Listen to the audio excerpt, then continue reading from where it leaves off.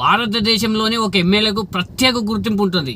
ఎక్కడ ఆమె ఎసుంటి అభివృద్ధి, జీరో అభివృద్ధి చేసినా కూడా ఆమె తిరిగి ఎమ్మెల్యేగా గెలుస్తుంది.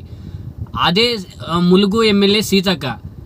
సీతక్క 15 సంవత్సరాల నుంచి ఎమ్మెల్యేగా ఉంది ఆ ములుగుకి. కానీ ఎక్కడ కూడా ఇప్పటికీ ఒక్క రోడ్డు కూడా వేయలేదు. కేవలం ఈమె రాజకీయం ఏ విధంగా చేస్తుందంటే కొంచెం సానుభూతి పొందే విధంగా ఈమె మాజీ మావోయిస్ట్ కదా. నిజానికి మావోయిస్టులు చాలా వరకు కొంత మంచి పని చేసిండ్రు, కానీ ఈమె మాత్రం ఒక వింత రాజకీయం చేస్తుంది. ఎక్కడ కూడా కేవలం ఆమె రాజకీయం మొత్తం ఫోటోషూట్కి ఆ వరదలు ఇట్లా నడిచినట్లు చేస్తుంది. మళ్ళీ కొంచెం సేపు నడిచి మళ్ళీ తర్వాత కార్లు ఎక్కుతుంది. ఇసుంటి వింత రాజకీయం చేస్తుంది సీతక్క. ఇప్పటి వరకు ములుగులో ఈ ఒక్క రోడ్డు కూడా వేయలేదు. ఆ ములుగు వాగులు ఎప్పుడూ తెగుతూనే ఉంటాయి. దానికి సరైన ఆనకట్టాలు కూడా కట్టించదు. కేవలం ఈమె రాజకీయం మొత్తం ఫోటోషూట్. ఇప్పుడు ఏకంగా మంత్రి అయింది కదా.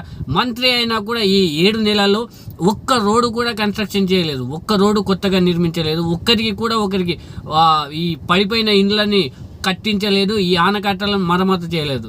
అయినా కూడా గెలుస్తుంది. ఈమె కొడుకు మాత్రము బెంజ్ కార్లలో తిరుగుతాడు.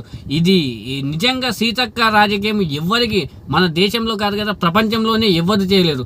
పాపం ములుగులో ప్రజలు ఏ విధంగా ఉంటారంటే చాలా అమాయకులు. అక్కడ వెళ్తాం కదా సమ్మక్క సారక్క ఉత్సవాలకు, చాలా అమాయక ప్రజలు. అక్కడ తెలంగాణలోనే అమాయక ప్రజలు ఏ నియోజకవర్గంలో ఉన్నారంటే ఆ నియోజకవర్గంలోనే.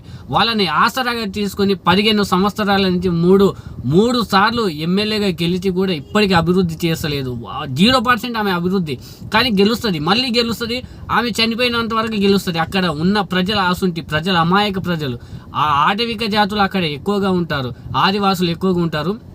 వాళ్ళని ఆసరాగా తీసుకొని అసలు జీరో అభివృద్ధి చేయకుండానే ములుగు సీతక్క గెలుస్తూనే ఉంటుంది. ఇసుంటి రాజకీయ నాయకులు మన దేశంలో ఉంది. ఆమెనే మన సీతక్క. ఫోటోషూట్ సీతక్క. ఈమె పేరు ఇప్పటి నుంచి ఫోటోషూట్ సీతక్క.